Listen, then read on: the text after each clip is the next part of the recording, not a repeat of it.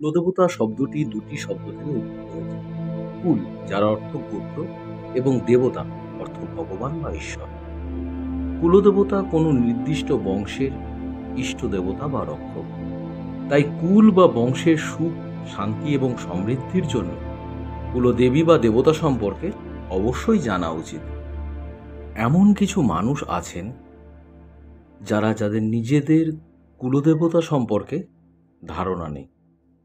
এই কারণেই তারা কুলদেবী বা দেবতার কৃপা থেকে বঞ্চিত। এর ফলে তারা তাদের জীবনে এবং নিজেদের সংসারে নানান সমস্যার সম্মুখীন হন। কুলদেবতা সম্পর্কে না জানার অনেক কারণ থাকতে পারে, যেমন বহু বছর যাবৎ পরিবারের সাথে না থাকা, পূর্বপুরুষের দ্বারা পালিত রীতিরেওয়াজ ত্যাগ করা প্রভৃতি।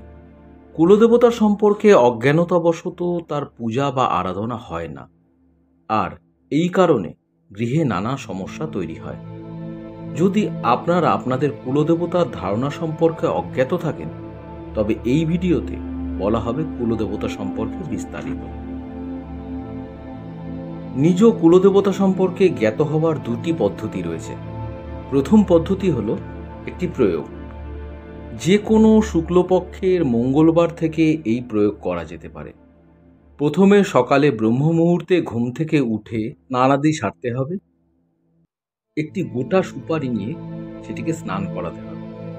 পরিচ্ছন্ন কাপড় পরে একটি লাল রঙের আসন পাততে হবে। এরপর গোটা সুপারি আসনে প্রতিষ্ঠা করতে হবে এবং দীপ ও ধূপ জ্বালাতে হবে। এরপর প্রার্থনা করতে হবে, হে আমাদের কুলগোত্রের দেবতা, আপনি কে? আপনি কোথায়? এই বিষয়ে আমি জানি না। এই জন্য এই সুপারিতে আমি আপনাকে আহ্বান করছি। এইভাবে 3 বার উচ্চারণ করে সুপারির পঞ্চমাচার পূজা করতে হবে এবং ঘরের মন্দিরে স্থাপন করতে হবে।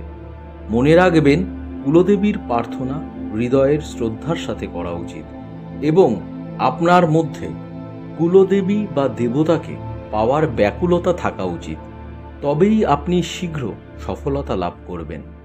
এবার আবার আপনাকে রাতের বেলা প্রার্থনা করতে হবে এইরূপ, হে আমাদের কুল ও গোত্রের দেবতা, আপনি কে? আমি আপনাকে জানতে চাই। কৃপা করে আমার স্বপ্নে এসে আমাকে সঠিক পথ দেখান। এই প্রার্থনা করার পর সুপারিটি আপনার ঘুমানোর বালিশের নিচে রেখে শুয়ে পড়ুন। আপনাদের পরপর 11 মঙ্গলবার এভাবেই করতে হবে। মঙ্গলবার আপনাদের উপবাস করতে হবে। এই ক্রিয়া করলে নিশ্চিতভাবে আপনার কুলদেবী বা দেবতা আপনার স্বপ্নে এসে আপনার মার্গদর্শন করবেন এবং নিজের স্থানের ব্যাপারেও বলবেন। এই 11 দিন পর্যন্ত ব্রহ্মচর্য পালন করতে হবে।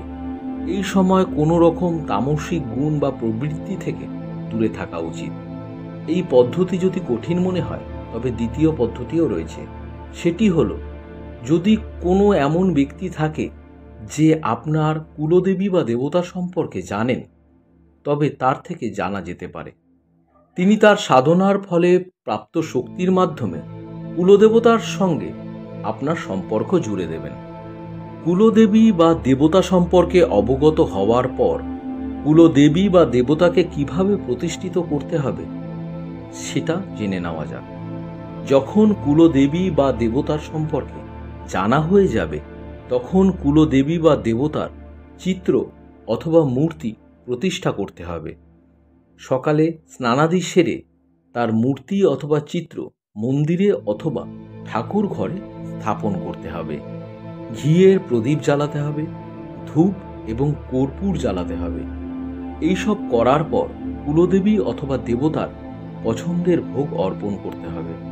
তাকে চন্দন এবং চালের টিকা দিতে হবে। খেয়াল রাখবেন চাল যেন ভাঙা না থাকে।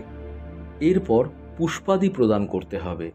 সকাল সন্ধ্যায় নিয়মিত পূজা দিতে হবে এবং তার সামনে নতজানু হয়ে প্রণাম করে প্রার্থনা করতে হবে।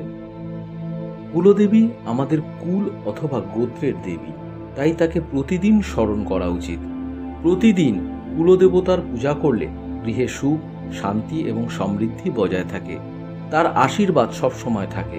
এবং সমস্ত রকম সমস্যার সমাধান হয়ে যায়। তাই পারিবারিক তথা বংশের সুখ, শান্তি এবং সমৃদ্ধির জন্য অবশ্যই কুলদেবী অথবা দেবতা সম্পর্কে সঠিক ধারণা এবং নিষ্ঠাসহ তার পূজা অর্চনা করা উচিত। কুলদেবতা আমাদের কুল বা বংশের আরাধ্য দেবতা। তিনি কুল বা বংশকে রক্ষা করেন সমস্ত দুর্যোগ থেকে সুরক্ষা কবচের মতো। কুলদেবীর আশীর্বাদে কুল বা বংশের উন্নতি হয়। কুলদেবতা রুষ্ট হলে কি হয় বা কিভাবে জানা যাবে কুলদেবতা রুষ্ট হয়েছেন? যদি কোনো বংশের কুলদেবী বা দেবতা রুষ্ট হন, তবে পুরো পরিবার নানান সমস্যার সম্মুখীন হতে পারে। এমন অনেক লোক আছেন যারা অনেক পূজা পাঠ করেন, সর্বদা ধর্মাচরণ করেন, কিন্তু সঠিক ফল পান না। পরিবারে সুখ শান্তি নেই, জীবনে অনভিপ্রেত বিভিন্ন সমস্যার সম্মুখীন হন। এটা একটা ইঙ্গিত যে কুলদেবতা রুষ্ট হয়েছেন। পরিবারের উপর থেকে সুরক্ষার আবরণ উঠে গেছে। এই অবস্থায় যতই পূজা পাঠ করা হোক না কেন, উপকার কিন্তু কিছুই হবে না।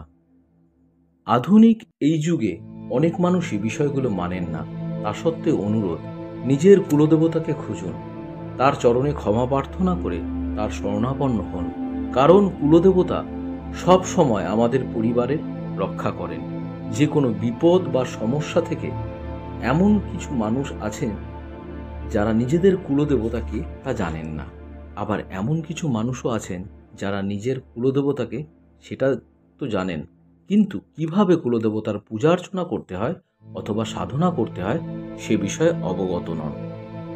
কুলদেবীর সাধনা পারিবারিক সুখ, শান্তি এবং সমৃদ্ধি নিয়ে আসে।